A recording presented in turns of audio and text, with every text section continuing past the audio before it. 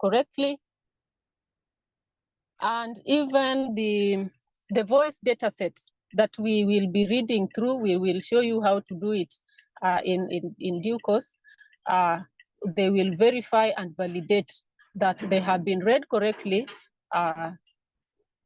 What has been projected has been read correctly. So we will have linguists who will be in charge of quality assurance, and of course with another team of quality assurance to ensure that whatever we are collecting is of high quality. If we are translating, we are translating correctly, and so on and so forth. Then we will have translators. How does translation come in?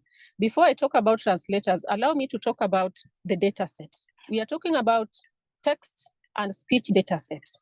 So we are going to collect text data set, and this text data set, we can get it from secondary sources. These are people who had collected data either in English or in Kiswahili, and they are open source, so that any person who wants to use them can use them, maybe with very few restrictions. So we will collect this data, the available data, and translate them to local languages. So that is where the translation team is coming in, that after we have collected secondary data in English or in Swahili, we will then have a team that are able to translate, give us the correct translations in different languages. So English data to Dholuo, English data to Maasai, English data to Kalenjin, and so on. And also the Swahili. If we have Swahili data set, will also be translated into the various languages. So we will have a team of translators, quite a number, and a number of us are in translation team, helping with translation. I know some have started, some are yet to start. Then we will have a number of, to achieve our target of the so many hours of text and speech, we will also have to collect, to conduct interviews, interview people on selected areas, record the interviews. These recordings will be transcribed. They will be typed. Somebody will listen to them and then type them. That is, convert them into text. That is what we call transcription. So all this will be transcribed, and therefore we will have people who will do that. Listen to the interviews that have been recorded, video or oral or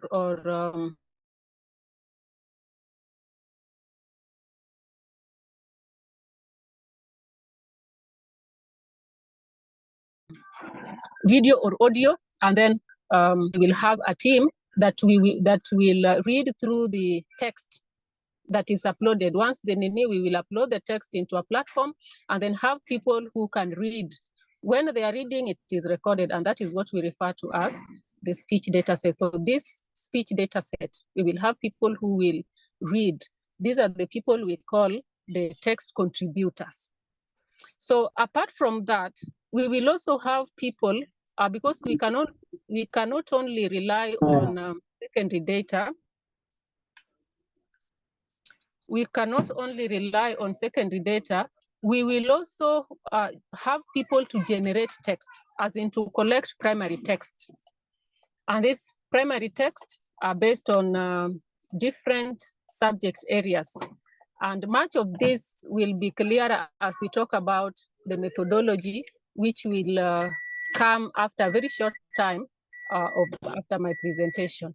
So again, just to summarize what I've said, we have a one-year project whose main aim is to collect speech and text data set.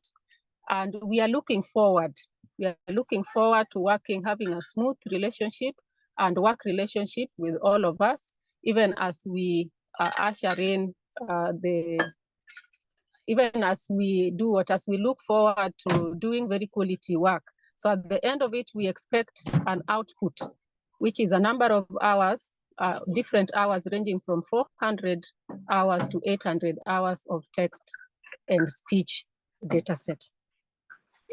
Otherwise, thank you so much. Allow me to invite the PI to give us the next item of the agenda. Welcome, Dr. Lillian. Okay, thank you so much, Madam Vivian. Just wanted to say thank you everyone for joining. Thank you for cutting the time. At any point in time, if you have any question, kindly just type it on the chat, and then we'll be able to see how to respond to it because we are many. Yeah, so just type your question on the chat and be able to respond to it. Okay, so right now I'll call upon the project manager to take over and go into the next agenda. Others, thank you so much. Feel most welcome. Thank you for being part of this great initiative.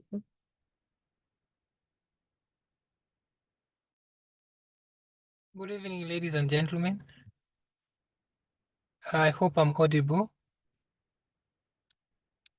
My task here is very simple. I'm supposed to introduce to us the various language leads that are taking us through the 5 dialects that we are going to handle in the African Next Voices. And therefore, without wasting much of the time, because time is far much spent, I would start. It's not necessarily in the alphabetical order, but let me just mention them. Let me start with the language leads for the Luo. Please, if possible, where possible, maybe just say hello so that we know you are in the house. The first one, in Luo, we have got the lady was just spoken to us, Vivian Olo. Hello. Hi. Thank you. Then Vivian will be assisted by, or will be having a compatriot, Renish Mboya. Good evening. Thank you. Then 2 languages have got quite a number of language leads because of the amount of text that's expected, or data that's expected to be generated. That is the Luo and Kikuyu. So for Kikuyu, we have got 2 centers, TKUT, that is Dedan Kimathi University. And there we have got Professor Shira Maina.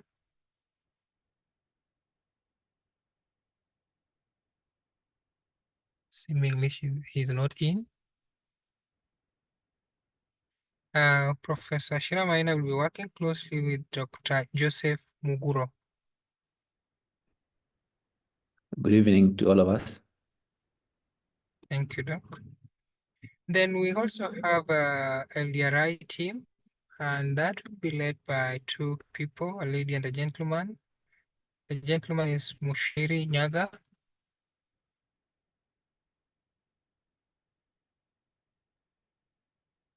Mushiri Nyaga will be working closely with Leonida Mutuku.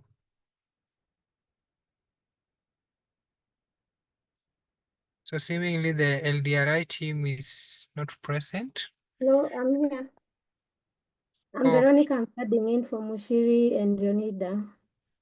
okay, thank you, Veronica. Then we have Maasai language. The Ma is led by Professor Edward Umbui from USIU. Everyone. Thank you, Prof. Then we move to Kalenjin, Dr. Andrew Kipkebut from Kabarak. Yes, good evening. Thank you, Doc. All right.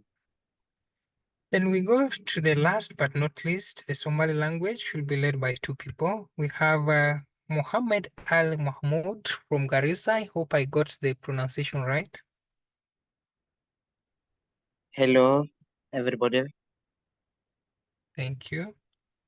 And we have got Ibrahim Dubo from Nairobi.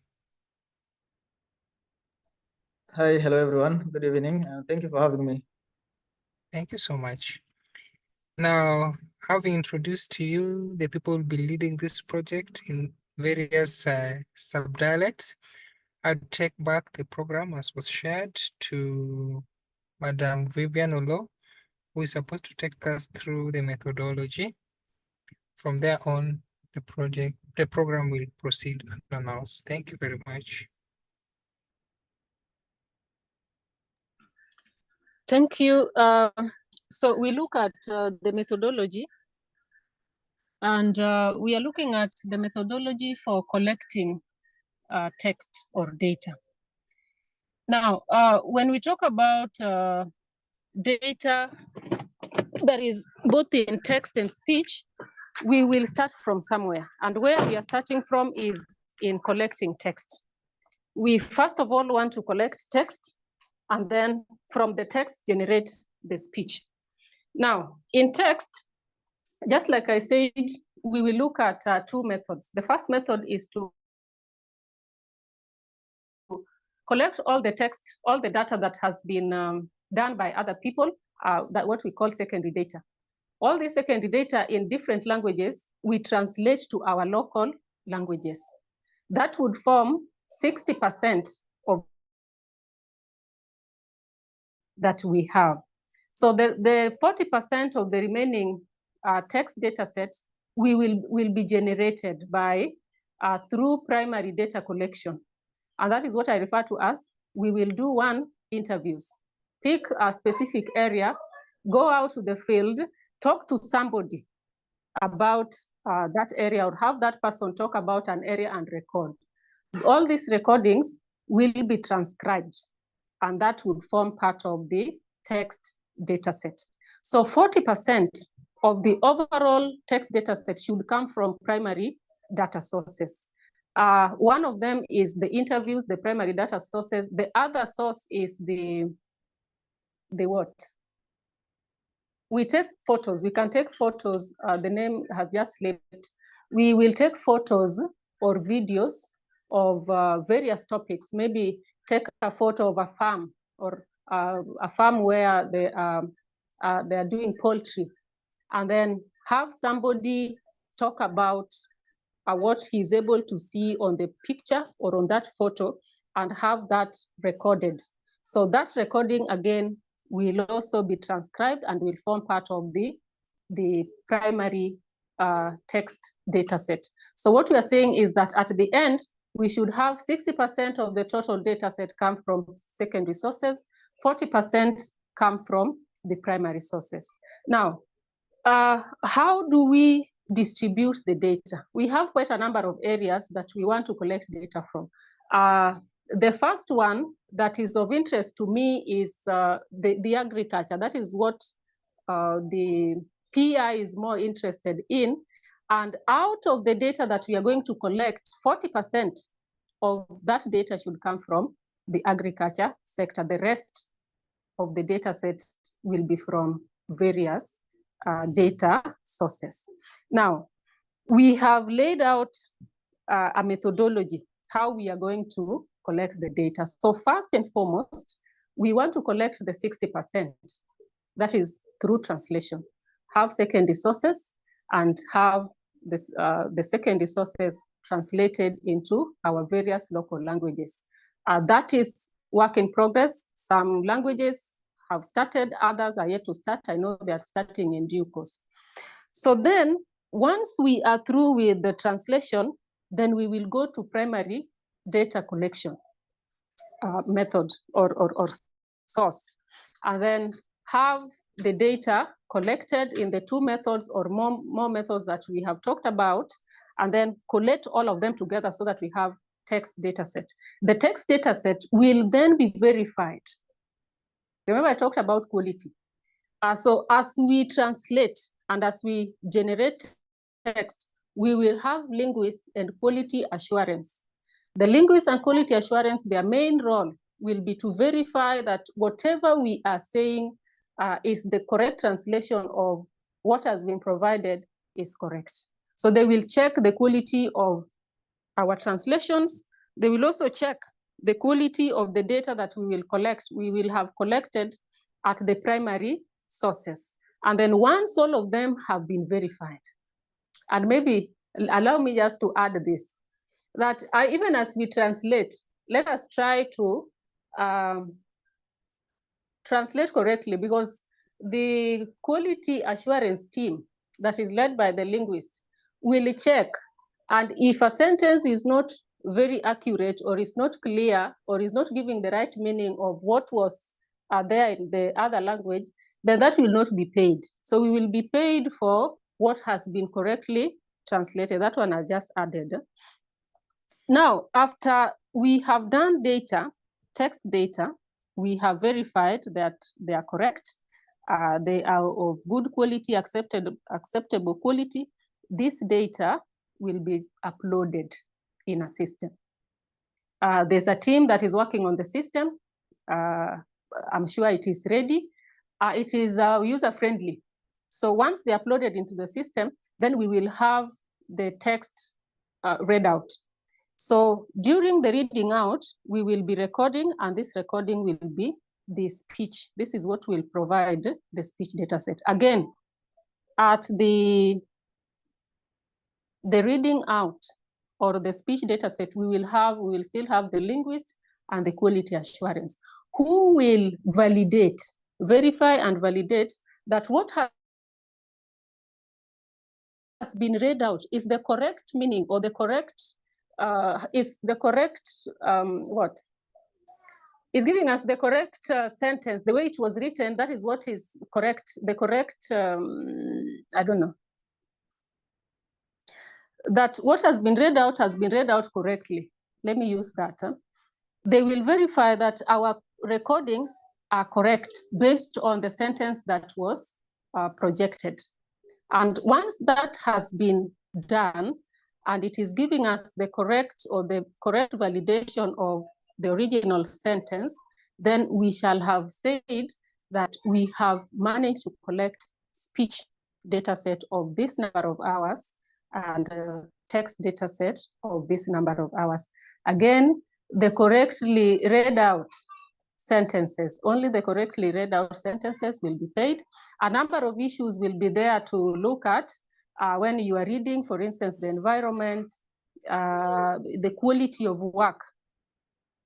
Yeah, you can find somebody just opens the system and is not reading, or the voice projection is very low, so that whatever you have read out is not very audible, or is not being heard by other people. So such will be disregarded or discarded, and then the only correct ones will proceed for release. So that would give us, that gives us the methodology data collection, that we start from text, translate, then that is 60%, generate text from primary sources, 40%. Then this data is uploaded into a system, then they are read out. Course verification at speech level, verification at text level, and that gives us the entire piece of work. Thank you.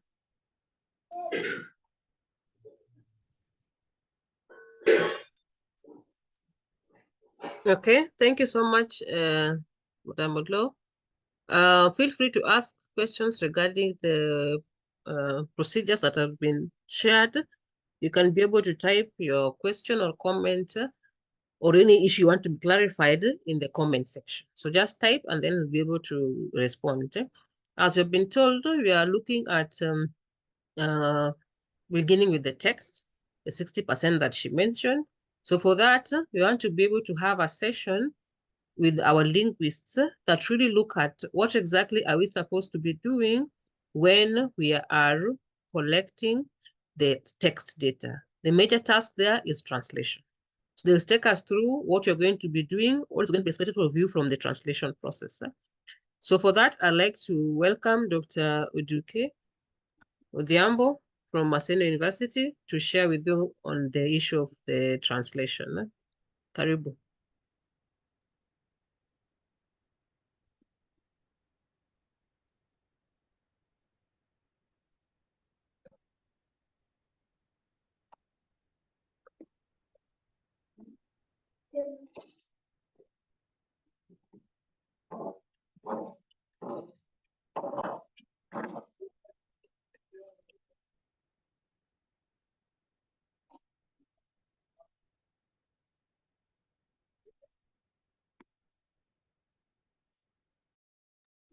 Dr. Duque, we cannot really hear you.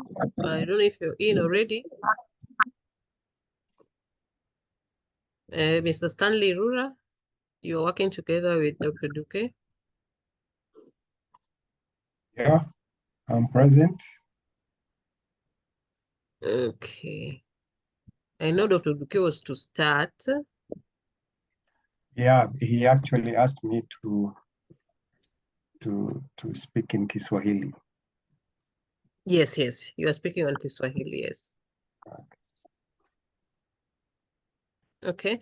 Madam Vivian, you can answer the question on the chat as we set up with the Dr. Duque. Just answer the questions on the chat.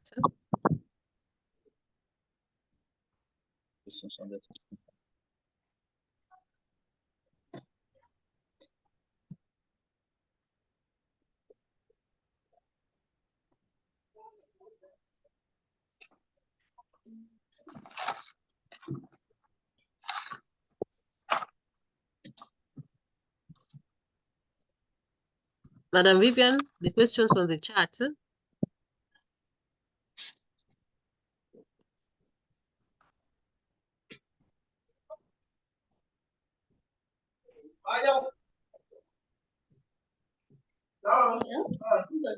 Sorry, let me look at here's the difference between team lead, resource team, and translator. Oh, thank you. The team lead or the language leads, we refer to them as language leads. These are people who will be coordinating all the data collection activities within the language. Kindly, Dr. Lillian. Dr. Lillian?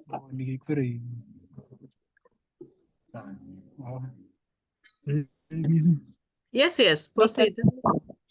Kindly send Dr. Duque the link to his email. Yes, I'm sending. Okay. Oh. So that is the team lead. Overall coordinating the activities, data collection activities within a language. So like in the Luo, we will have people who are in charge of data collection, collecting the Luo data. They will oversee translation, oversee transcription, oversee quality assurance, and oversee text contribution. Resource team, we have a number of personnel under the resource. Somebody's mic is on. Maybe you can mute the person. Yeah, I've muted. Vivian, unmute yourself. Vivian, unmute yourself. I had to mute everyone. Okay. Sawa. Resource team, we have quite a number of people. Under resource team, we have translators. So the resource team are the people who will actually implement the data collection process. So like people who will be translating from a different language to a local language, those are within the resource team, but they are called translators. Then we will have another team that we will transcribe. So transcribe text, speech to text. Those are also under resource team, but they are called transcribers. Then we have people who will do what? Who will contribute to their voices on the platform by reading out text on the platform. Those are also under resource team. So the actual people who will be collecting the data are what we refer to as the resource team. Hope that is clear. That is the first one that I saw. The second one, kindly share a sample of correctly translated data. Just in a short while, Dr. Duque will be here and we will demonstrate to us how we need to translate. So just hold on kidogo, he will be there. The other one is the mic is on, that one is already sorted. How will I know which team I belong to? Please, the contract had all. Thank you. We gave out contracts for one contract for all the tasks within the resource personnel, because you can cut across. One person you can translate, you can transcribe. Like for instance, if you are what? You are IT compliant, you can use a laptop, you can type, you know how to type, and you can type fairly fast. You can do transcription. If you can read the Luo, for instance, that is my language. If you can read out the Luo sentences, then you can also fit under a contributor. So, and again, one thing to note about the resource team is that the compensation will be output based. So the time you are doing translation, you will be paid for translation. When we go for transcription and you're able to do it, you will be paid for transcription. When we reach the end, where we will be doing a text contribution, you'll be paid for it. So one person can cut across, and that is why there was only one contract for the resource team. Kindly, can you mention the type of format we are supposed to use during translation? Is it as Word, spreadsheet? Kindly clarify, and maybe. So that is what Dr. Duque wants to address immediately. I think he has already joined. Okay, Dr. Duque, can you hear us? I can hear you. Can you hear me? Yes, thank you. The floor is yours. Okay. No, thank you. If I had to ask several questions, you're supposed to do it on Excel because that is what is required. So probably if you are stuck, I believe you can engage an IT person to just help get to know how you can feed in that data on the Excel sheet, because the original data is supposed to be there, not to be corrupted, plus the translation that you have done. Hello, do I still continue? No, as in it's already your session, so you can begin the session on translation. Okay, now I would wish to share. Yes, I've already made you co-host. You can share. You've made me co-host. Okay, now African Next Voices. This is a translation project. Rules for text and sentence generation. This is basically the term of reference which all the contracted translators should adhere to.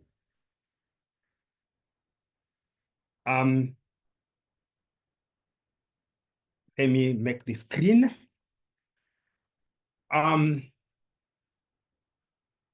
Localize the translation by replacing Western locations, brands, cuisines by Kenyan entities. Now, the localization will involve creativity and awareness of the translator and proper nouns on places and spaces he or she is aware of or has encountered. In other words, here, you are supposed to try to be creative as much as possible to try and get the Kenyan context. It's not easy. It's an adventure. I believe with time and we keep consulting amongst each other, we will be able to make a breakthrough. In other words, let's see if we can even do a glossary of terms of the proper nouns and we share them. Think about reinventing the names of spaces and places. That is the countries, the region, and the sub-counties and the villages. I would give just a crazy example. You can see like Congo DRC. You could even say Jotonga, something like that, so that at least we are able to get it as per the regulation.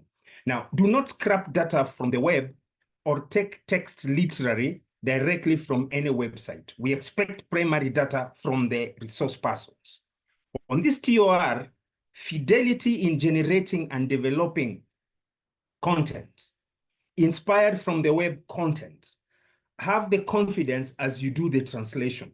Modulate or transpose. Please do not go word for word. No, look at the context and try and do it within the context, within the knowledge that you have, so that it is similar to the one which could be akin to a native speaker.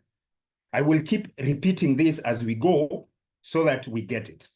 Now, insert the translation on the Excel sheet, either on the E, if it is the original, or F, if it is dialect. I know at some point we are supposed to distinguish between language and dialect. I will explain it towards the end of this presentation. Now, sentences should not be more than 15 words range range between 5 to 15 marks. As you translate, have the sentence to adhere to this. And as a translator, the statements you have generated, which should be akin to that of the native speaker, this is what will be translated. And this is where the word count will be. Adhere to simplicity. Adhere to simplicity and create simple statements and sentences. Avoid excessive use of complex statements. In other words here, stick to the basics: subject, verb, object. If you're going to use more than 2 verbs, it becomes complicated and it can create issues. So if you do the SVO and then you continue with SVO, it's going to be easier for you. Consult when in doubt or challenged, especially on the common nouns and verbs. Consult, consult, consult. In case you encounter a longer sentence, split it into 2, where there is a punctuation, and treat it as 2 sentences. Create a new row and add a split sentence. Now, originality and using the experience that you have is what should guide you to do the translation. Where in doubt, consult, and this will also enrich your translation document. Now, the language you are translating into, to ensure that you note down the experiences in the language, in a language bank that you will have created. Please note that every translation you do is an experience that first impacts on you as a translator, then consequently as the translation word is shared out with the readers. If a sentence cannot be split, just do the translation and mark as a long sentence. Now, try as much as possible to translate the message. If it is well done, the long sentence will be avoided.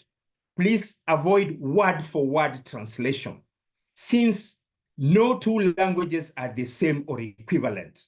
I will still keep repeating this as I do this presentation. Be careful not to expose or talk about the personal IDs and use the fake or pseudonyms if it is like the way I said, you will talk of Kabila, let it be like Labik. If it is probably Taliban, Jotoli. Do some creativity and pseudo simulations which are akin to the reality of the document or text which you are translating. Do not use Google Translate. I know AI is there and AI is giving a shortcut. Unfortunately or fortunately, our languages are still not quite robust on the AI channel. And I think could be this project is going to help enrich it. So try as much as possible. The linguistic corpus you're developing should be original. Strive to consult extensively. Research on a single word to give you the subtle insight before you translate the context. This will be, as you as a translator, the translation will be original and unique. I believe this is the objective of this particular project. Now, language versus dialogue. Please note, all languages in the world are conventional, but dialect is situational, and most of our languages fall here. It is the speech of a community. And when we are talking of a speech of a community, we are trying to say language is the human ability to acquire and use complex sentences in communication, and the language of any specific example. Now, dialect is a variety of language that is distinguished from other varieties of the same language by features of sound, phonology, grammar.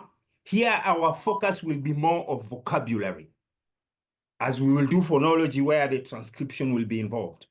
And by the use of a group of speakers who are set from others geographically or socially. Now, what do we mean? Language and dialect. Some possible definitions. Languages are divided into dialects. I am a Luo. The interesting thing is we have the Luos when Ajaugenya is speaking is different from what Ajalego is saying. It is different from what Jakakan from South Nyanza is saying. It's different from what could be Jagemi is saying. It's different from what Jauyoma is saying, yet it is one language. So But first, we have to ask, what do we mean by language? I'm trying to give a simple definition. Now, a unique feature about our local languages, they are still largely oral.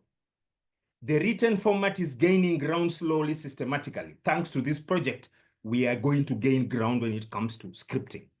The graphical aspect, the written aspect is being developed, and in this translation project is deliberate move to start creating conventional symbols which will be popular and accessible with time. Luo, is it Luo with L-U-O or is it Luo with L-W-O?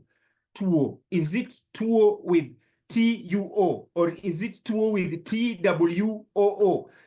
These nuances will come out clearly when we conventionally script and we argue around them, and then finally we get something going. Now, this project creates a nexus between the language and dialect context of the selected local languages being part and parcel of the project. Now, mutual intelligibility is a unique feature, especially in the nouns and verbs in our local languages. Another example, some fellows in Luoland will call that aspect of maize when you've harvested and removed the maize osogro. Others will call it oguso. At times when you pinch somebody will tell you aburunduni, another one will say aburungwenyi. All this is Luo, but now again, are we saying it is the language? Is it the dialect? Is it the context? Now, there is a unique thin line in our dialects, be it at regional or social. So we have to take all this into consideration as we get going. Basically, our local languages are linguistic varieties, not dialects. The Anglo-Saxons have really tried to define dialect and really demarcate it. But for us, our local languages are varieties, especially now if you get the bigger Luya tribe and the Luya family, they are not dialects.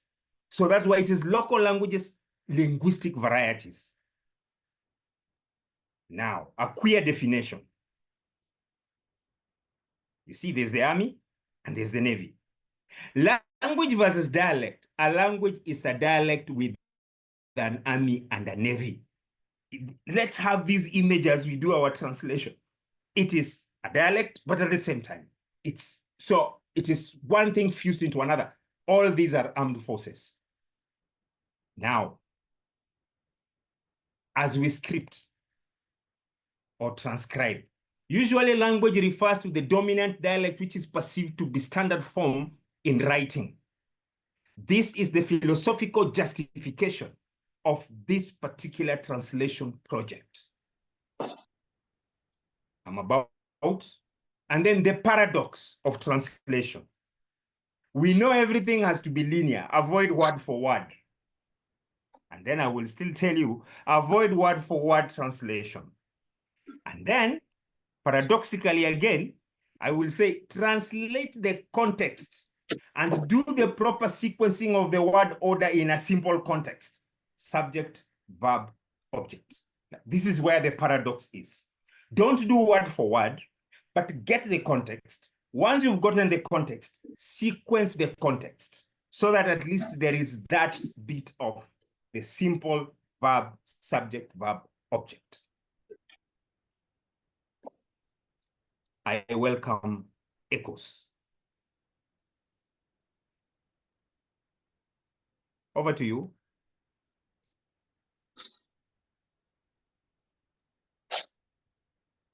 Hello? Yes, we can hear you. I am through. So there are a few questions in the text that maybe you could look at. Yes. So one is asking do you repeat the part we talk about we don't use identifiables? I think they didn't get that part quite clear. Identifiables. Yeah, so that we don't the pseudo names part of it. The pseudo bits. This is where I think we are going to be challenged as both the owners of the project and those of us you have contracted to do the translation, because this one literally we are on the deep end. as far as could be the common nouns are concerned. I will give some examples of what I was trying to do when I was given my piece. Trump, I tried calling him Otambo. Hillary Clinton, I tried to call her Clinpo Abila. Now, the Republican, Joka Khan. Now, the Getty images, you know, image in our community is like a photo and tipo. So you see how best you can play with that word. Al Gore, Jangore, John Kerry, Okechrata. You know, somehow, so that creativity is closer to the Kenyanness, because I believe your idea is, can we get the Kenyanness in this project? Much as we are getting what I would call, for lack of a better word, exotic. And this is where now the proper nouns actually prove to us that no two languages are the same. It's different.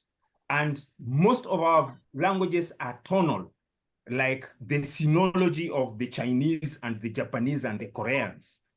But within our context, we would wish to really make it come out well. So this might even call for, could be a cohort of translators. We could be organize a meeting on the side and say, now for these words, how creative can we get them so that we create a bit of uniformity?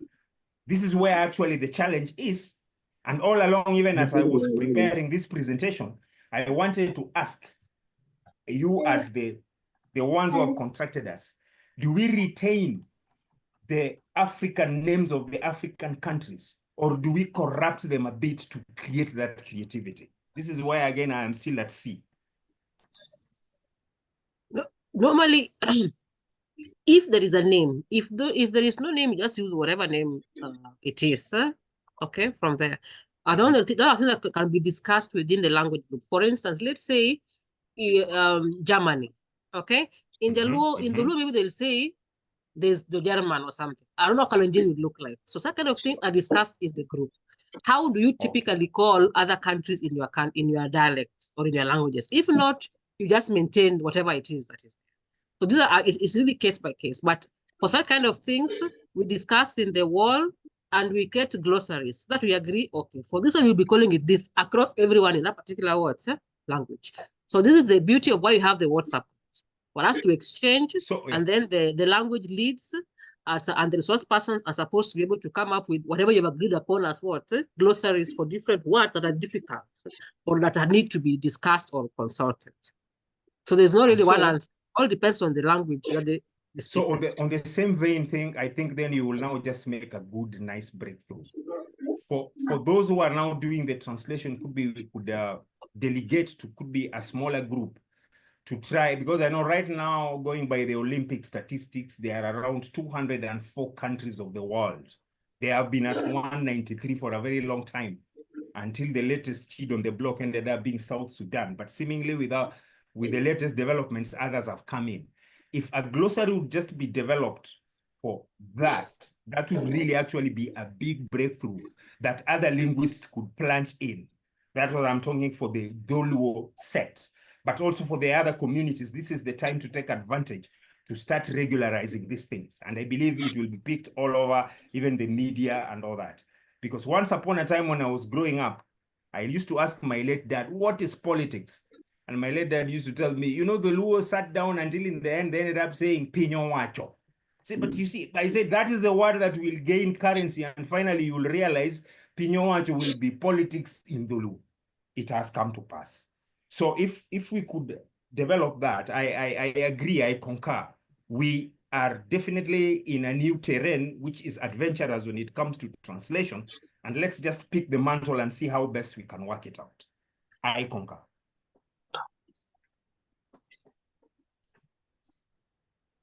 Hello? Yes, thank you so much. So for that kind of things, like you said, you discuss among the language group words. Okay. So the other question somebody is asking, what about African names and places in Africa? So if it is a country, you just give the name of the local country. It is DRC, find the name of DRC. What we mean by localization if you go to the slide, Dr. Duke, I think localization are especially people names, okay? Food names, Okay. okay? Those are what you localize. But country names, those ones you translate to whatever way you are translating, okay? But typically what you want to localize are people names. Sometimes they might come up with, I don't know, some streets that are Western names. Those ones can be able to localize. Some brands that are not in Kenya or because this is Kenya, those ones you can localize. Okay, but mostly countries that are really well known, you don't need to just translate, you don't need to localize. So really, it's just about, especially when it comes to foods, local locations. Like for instance, somebody's talking about a village in US. On that one, you can talk about a village in Kenya. You know, as in Western locations, not like countries and things like that. What somebody was trying to. But that is quite good because, you know, at least you are now giving us direction. Some orientation is coming in, and that's why this training is quite good, because we are able now to have the meeting of minds and thinking, which is to me quite good. Okay, and then I think someone else is asking, kindly repeat on where to place the translated text. Dr. Duke, if you could share the Excel, okay, that people can actually see how the Excel looks like and where they are supposed to place. You have the Excel with you, I think. Yeah? I have the Excel. Let me just see if I can get it from.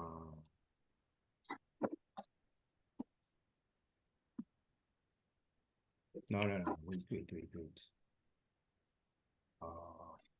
The topics. Just give me time. I go into. Let me stop sharing.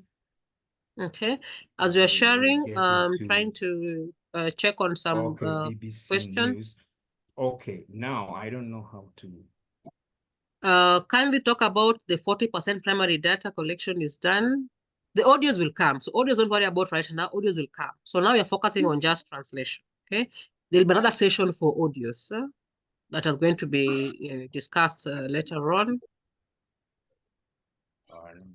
Another question, if you encounter a long sentence, more than 15. If you encounter a long sentence, more than 15, just translate the way it is, if there is no punctuation, okay? Just translate the way it is. There'll be some examples, but just translate the way it is. If you cannot split, just do the translation the way it is. There is no harm in that.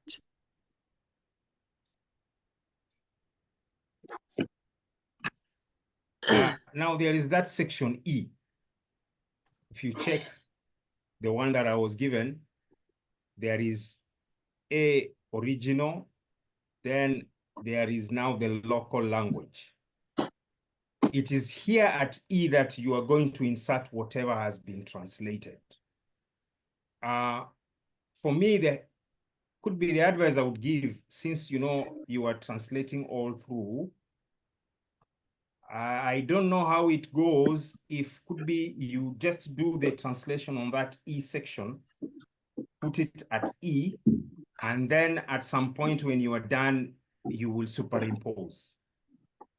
I know it's difficult. Even me, I am not tech savvy. I will have to get a tech savvy person to help me superimpose it on the E section, because it is a requirement that the PI and the project would wish to see everything on Excel.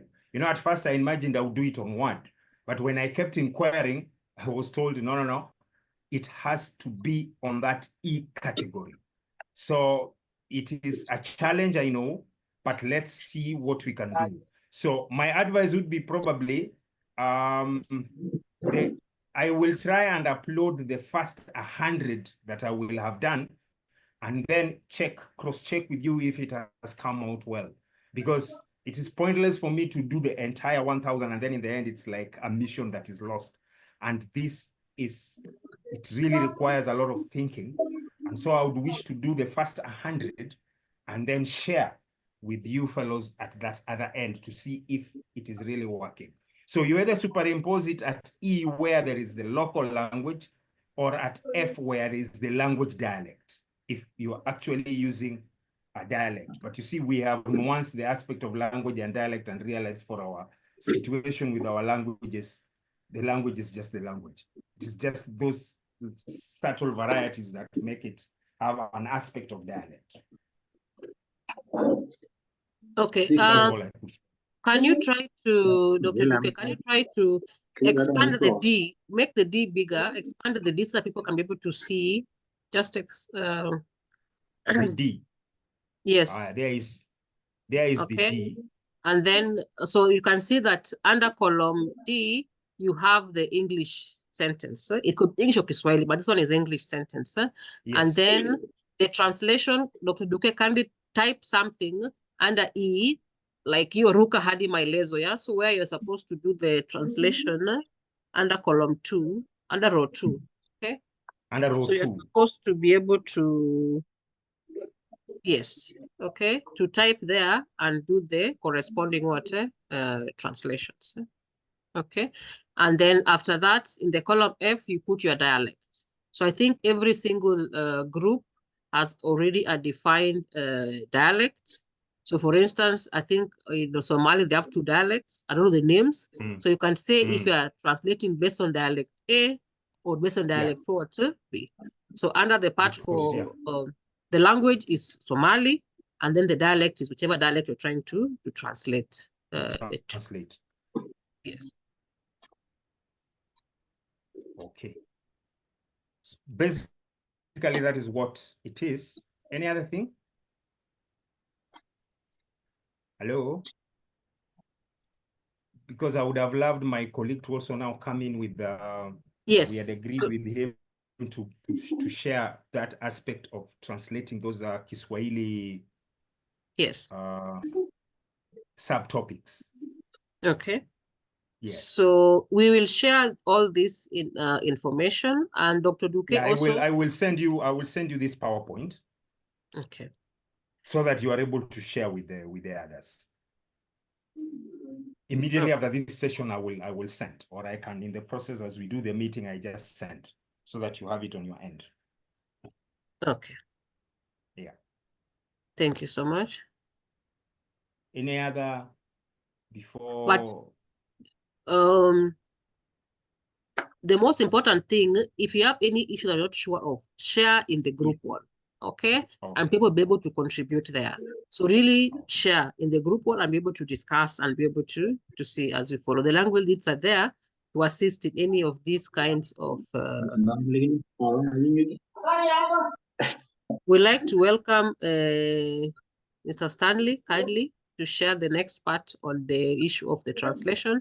Dr. Duque also be looking at the chat to look at the questions and respond to where you can respond. Please, let me just look at the chat and see if I can respond for some questions. I was presenting, so I was not able. Yes. Yes, Stanley, karibu. Asante sana. Nilikuwa nimejiandaa kuongea kwa lugha ya Kiingereza, lakini nitachanganya Kiswahili na Kiingereza na nitafuata taratibu fulani. But let's start with the translation methods. What is translating? Translation ni kutafsiri kutoka lugha moja hadi nyingine.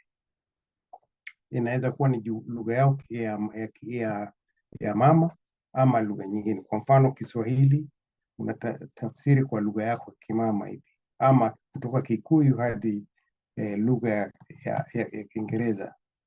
Kwa hivyo tunapokabili kazi hii, itakuwa unafikiria juu ya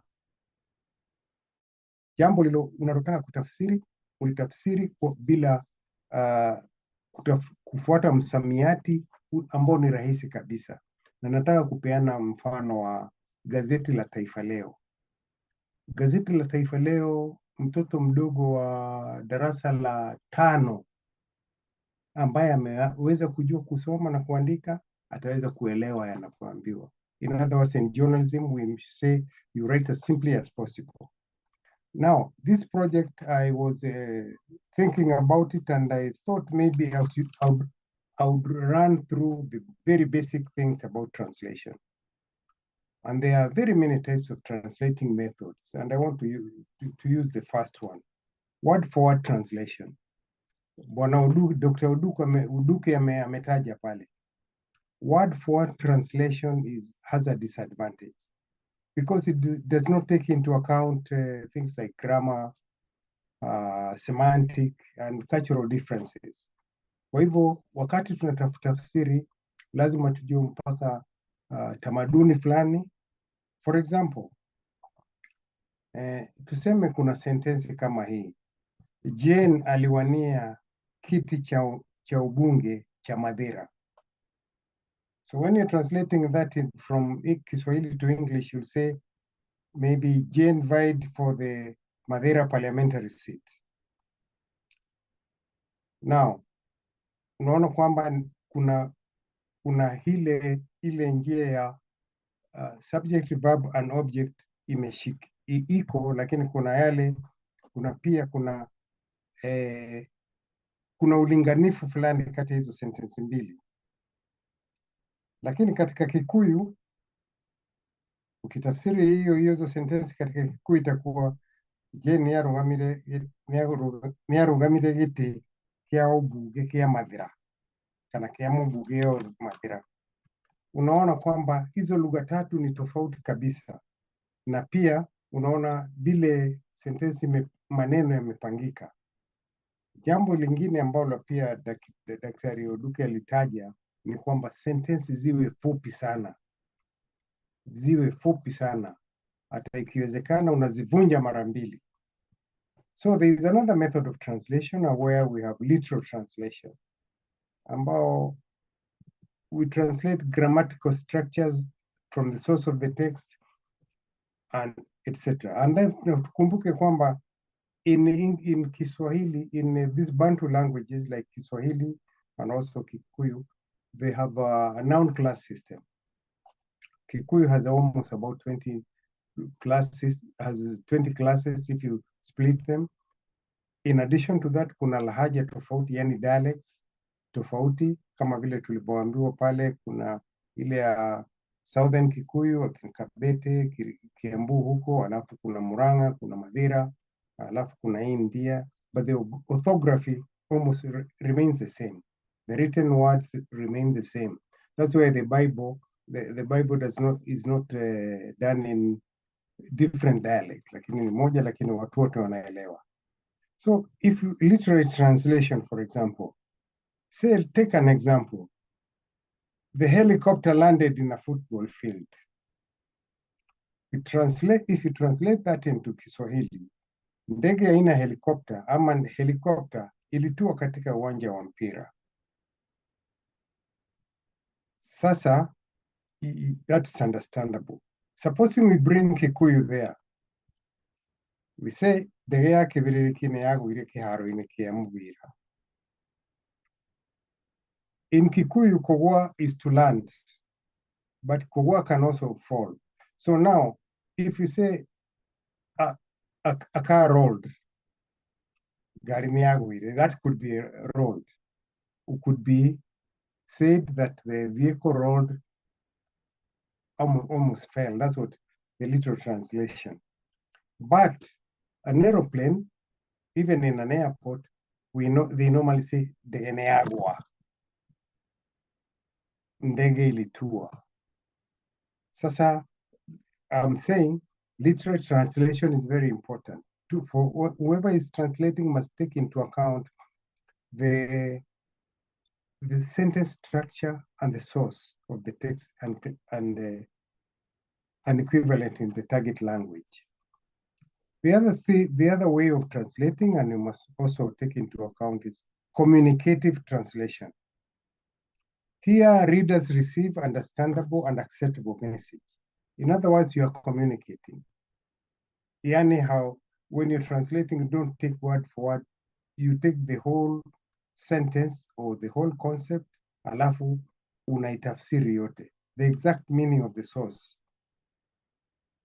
For example, the Olympic Games were marred by a train accident in Paris, France. Kiswahili, michezo ya Olimpiki ilitatizika baada ya ajali ya gari moshi mjini Paris, Ufaransa.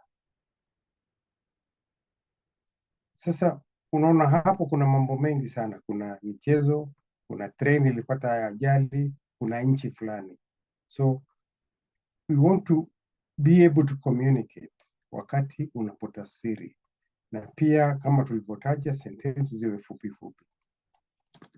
Alafu kuna semantic translation.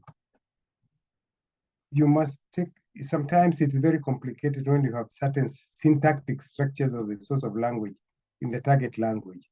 Kwa hivyo, wakati unatafsiri from the original, ile target language to translate, no, to source language to the target language, you must take care of that semantic translation.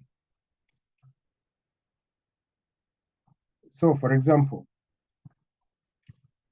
here in Nairobi, there is a man who walks with 2 hawks in his on his shoulders. Ana mwewe wawili ambao wanaandamana nao. Hata katika haya maandamano tumeona hapa. So somebody might ask you, can you translate? Whoever is looking for Mwangi, find him at the archives ground. Archives in Nairobi, people know it is Kenya National Archives, pale chini. Lakini wakati unatafsiri, unasema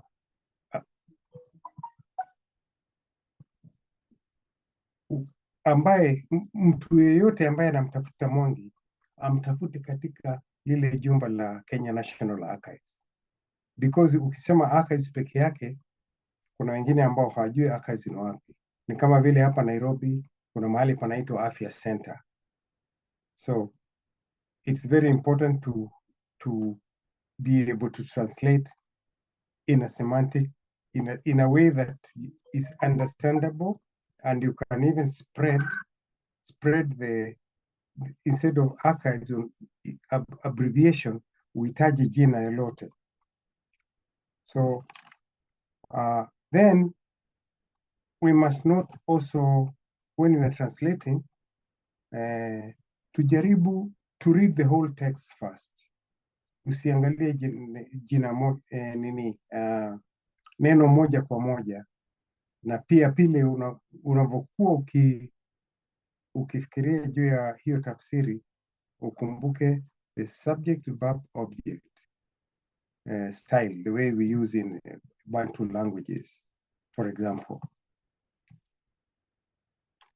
Alafu pia mbinu nyingine ya kutafsiri ni kwamba lazima kuwe na accuracy. You must be accurate. You must not leave out anything. Then, wakati tunafika katika nambari, yani na tarakimu, for example, numbers, measurements, they must be accurate.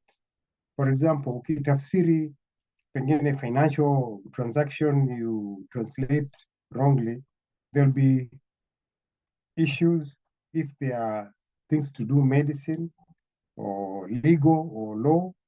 If there is a legal thing, and even a punctuate or even a comma can change the whole meaning in a legal document.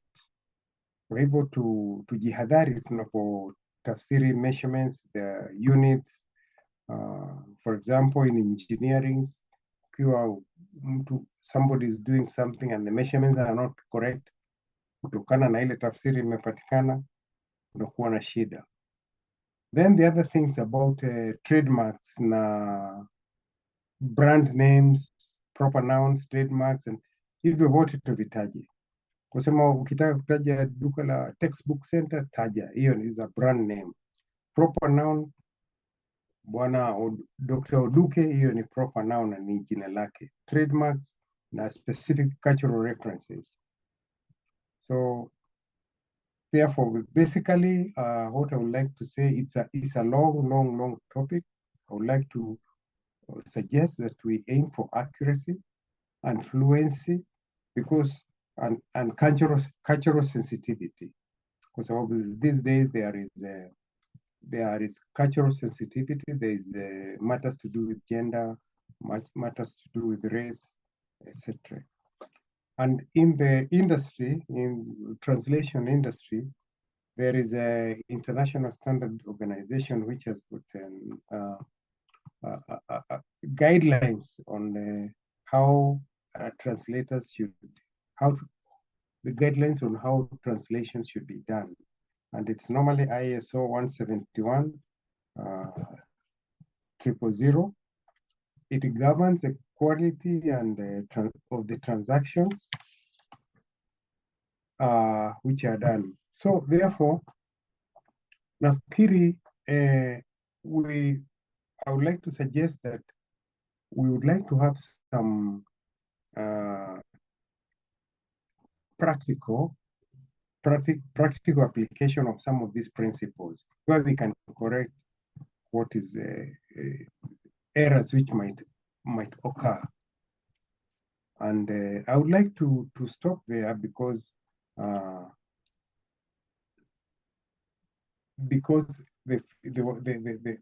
field is very, very, very wide. And for example, there are many dialects. For example, Kiswahili pia kina lahaja kama Kimvita, Kiamu na kile cha Unguja, lakini tunatumia Kiswahili sanifu.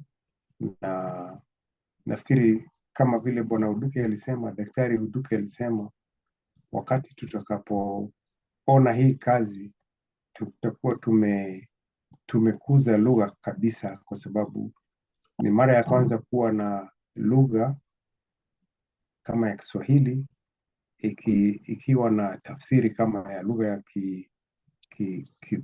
kama Dholuo na pia Kiingereza.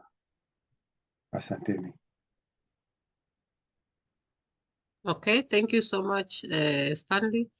I hope he has shed a bit more light on the issues of the translations. Now this one goes to Stanley, yeah?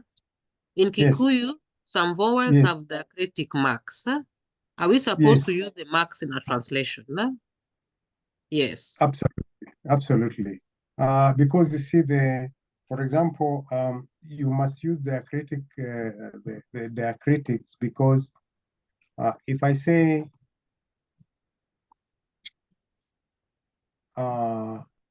mbunge, for example, mubuge, the U has a kofia on top. By the way, in the Kikuyu orthography, we have only I. We have I and U, which has got diacritics. I is A and U is O. So the diacritics must be there because if you pronounce that word like the voice, if you voice over that sentence, it is without those diacritics, it will not appear okay. And for example, pia also Kikuyu is a tonal language where sometimes some vowels are a bit long. So I think as we get there, we shall be able to correct whatever will come out of this inquiry. Thank you so much. So let's have that in mind, that you're supposed to have the diacritics. I think it's only Kikuyu that has those things. I don't think the Luo, Somali, Kalenjin, Masai, I'm not sure. Yes? To some minimal extent, the Luo have. Okay. Like Nyang, Bang, Ngato. They're small accents. Where we but those ones you just use you use the apostrophe. There's not like something on top. Yes. Okay. It's a subtle diacritic, but okay, it's part of the language. If we were doing Ekegusi, then you will realize that all their statements end with an intonation mark. So you have to put that intonation mark for a sentence, because that's the nature of the language. Okay. Thank you so much. I'm not sure if there's anyone else that maybe we didn't see their question on the chat, but I think the main thing, yes? I have attempted to answer some questions on the chat that generalize what we have presented. Okay, so you'll be able to share. Okay. Okay. Yeah, I'll be able to share because all languages influence each other. There is no pure language. The only language that was pure and died is Latin. They decided they were not going to borrow from any other language, and so naturally it died. But ironically, in Europe, it is the language that is taught compulsory to all the Europeans, especially in the Anglo-Saxon context. All countries in Europe teach Latin because it is the root cause of their languages. But all languages borrow, especially now these technological terms, you'll realize that even if we are going to translate them, they might remain the way they are because we have still not quite developed the aspect of technology. But with time, the way Stanley has just said, we will end up now having something robust to go with it. Like the way the Kiswahili when Barua Pepe came, then Mtandao, and now we are moving. For the Luos, you see, internet is still Mbui. We have borrowed it from the spider imagery. So I think with time, as we keep doing this project, we are also doing some very good incisive research that is going to inform and really enrich our languages now at the written format. And then conventionally, things will be accepted. There will be debate back and forth. But finally, we will have broken ground in terms of conventionally, how do we write our mother tongues? And say like for the Kikuyu, those aspects of the nasals and the diacritics will now actually be well in the environment, and it is going to be easy for us to start imbibing. Thank you.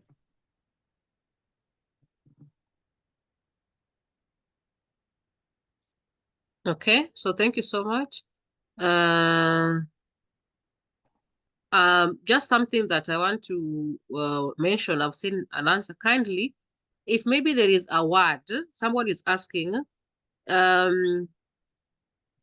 if there is a word in a language that has more than one, as in the same word can have different meanings, please don't use a stroke, choose one, okay? Do not write Oduma or Osogoro stroke. Kindly choose one. Do not use stroke. Kindly do not use stroke. Choose one for that context, and someone else will choose another for another context. Please do not use any kind of stroking. Okay?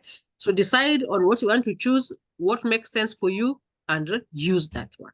Do not, I repeat, do not put any kind of strokes. Okay? Choose one. Okay, and then someone else is asking, do we do translations for both the local language and the dialect? I think there was a confusion. You pick one. Okay, so the column, there's the column that has the original sentence. Okay, I think the language leads will share with you details. There's the column that has the original sentence. Then the column after that, you do the translation in whatever dialect you're comfortable in that you have agreed in the group. For instance, let's say you are in the Maasai, okay? You're translating based on either the North dialect or the South dialect. That's what you translate in the next column. Then under dialect, you say which dialect you have used. You say, I have used North or I have used South, okay?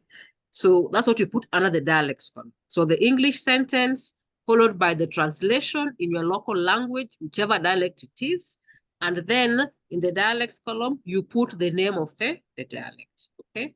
For Kikuyu, for the Luo, for Somali. So I think in all the groups, we all agreed on which dialects to work on, okay? So once you agree, kindly the language leads formalize the dialects so that we know we have dialect 1, dialect 2, with exact names that they're going to use in the dialects column. So make sure you know that you're going to use 1, 2, or 3, or 4 dialects that you have agreed upon as the group. So the last one, so that we don't take so much time, the rest will be able to. There's a question here. What is it? Okay, if your sentence is more than 15 words and there is no punctuation, okay, just translate the sentence as is. With the way it is long, it is still okay. It is nothing will break. So if it is 20 words, for instance, that's the translation. It will just be a long sentence, but it's very okay to have it. Like you don't have to come up with sometimes it's very hard to know how to even to split it. Just do the translation of, even if it's a very long sentence. How do we translate figures? I'm not sure we're going to translate figures. We're just translating texts. Okay. Yes. Oh, figures, not figures as images. Ah, I get it. Correct. So figures. Okay. So for instance, a sentence says there were 5 children. Okay. This 5 is written as a figure 5. Okay. How do we translate this? Now we want to capture how we do numbers in our language. I hope you're getting me. So this 5, don't write 5. Okay. Write in full, unless it's like a date. You know, things like sometimes date is longer, yeah. You know, might not be very easy. Okay. But we want to be able to capture how we speak our numbers. So put the numbers. Okay. Put the numbers in full. Yes. Can I try to enrich it? Yes, the please. idea is if the number, you check that sentence and you realize you are able to do it within the policy of 515, you can put, because we want to know the way the PI has said, we have to know how to count. But then, however, when it gets now to the year, that can be slightly long and it might eat into the 15 words. You just truncate it as it is. But where, as much as possible, I concur with the PI, just put the numbers, a real, a dig, and when, I mean, if it is shorter, so that it is captured. Thank you. And not just put the words. For instance, let's say it is 1900. Don't say 1900. Say the way you'll say it in your language. How would you say 1900? You know, not the literal, you translate 1 and then 9. How would you say 1900 in your language? How would you say 1200 in your language? The way, the whole word, not like number by number, okay? Whichever it is that you. Okay, but if you have any doubt, of course, let us have them in the chat. Okay. Thank you for your questions. I hope it shed some light, but the rest will work together with our language leads in our WhatsApp groups to be able to discuss. If any group needs some special explanation on the Excel even further, please ask for it. We'll be able to have a session and show you how to use the Excel and things like that. So really don't shy away from it. Okay, so you're very, very allowed to do this. Okay, so thank you so much. We are going to share the recordings of this video for those who are not able to come on time, and you can be able to take your time and listen to it. But the most important thing is, if you have any question, feel free to discuss on the wall. It's all about knowledge sharing, all about, we are the ones creating the data set. So as in, it is the way we speak it. There is no correct. There's generally the acceptable correct, but there's not really like extremely wrong. We want to capture how we speak. That is why we are not doing actual translation. We are doing more of localization so that we're able to capture our local context. So it's not really a complete translation.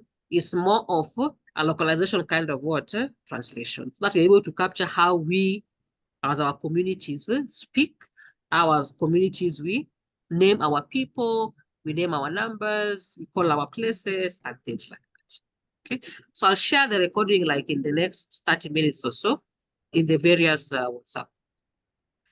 Otherwise, thank you. We'll continue to engage. So I put the mantle back to the language leads.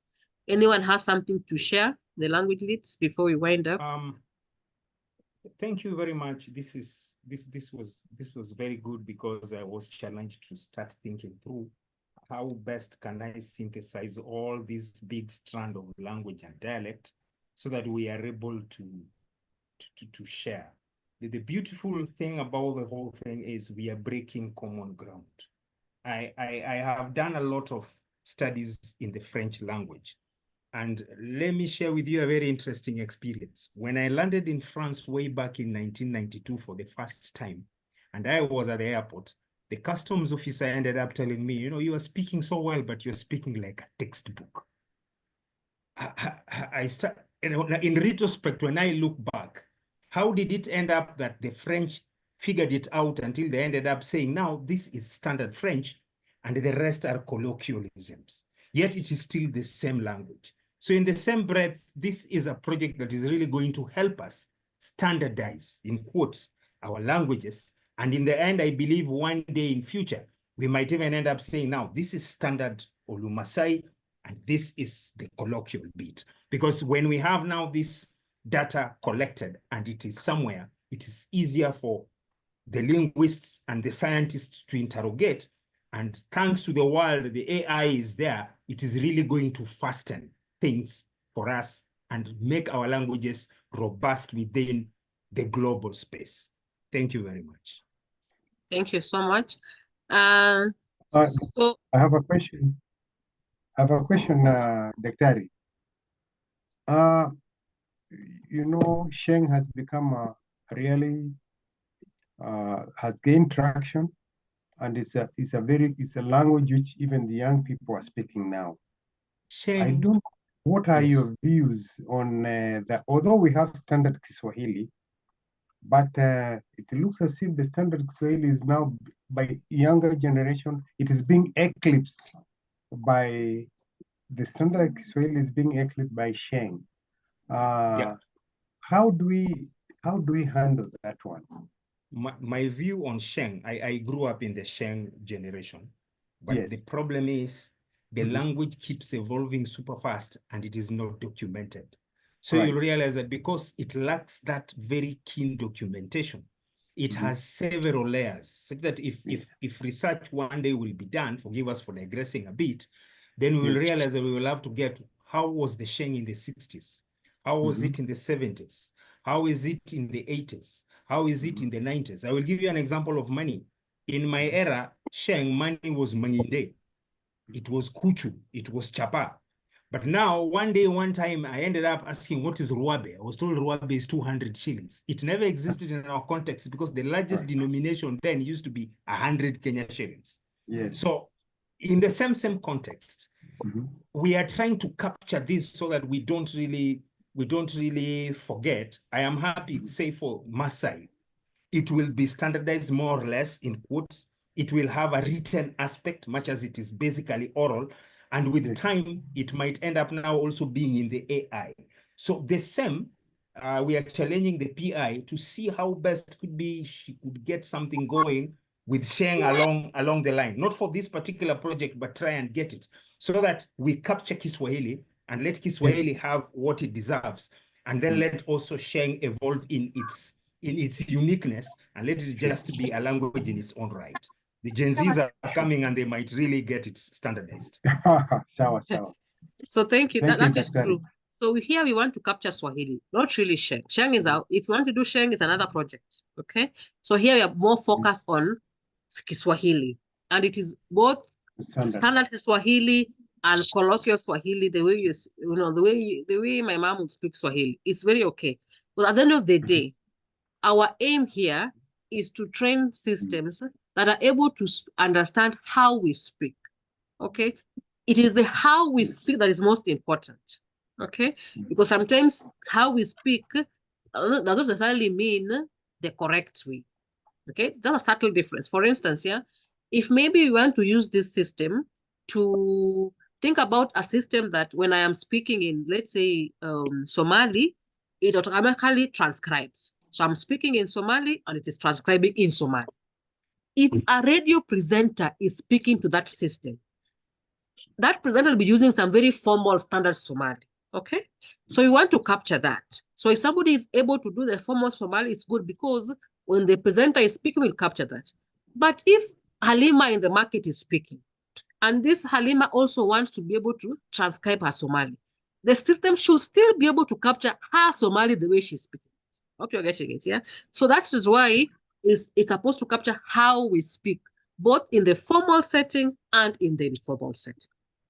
So the most important thing is how would you speak? And when we go, so think about it in that particular sense. How would you, say it if you are telling it to your neighbor next door? How will you just speak? I hope that kind of clarifies the issue.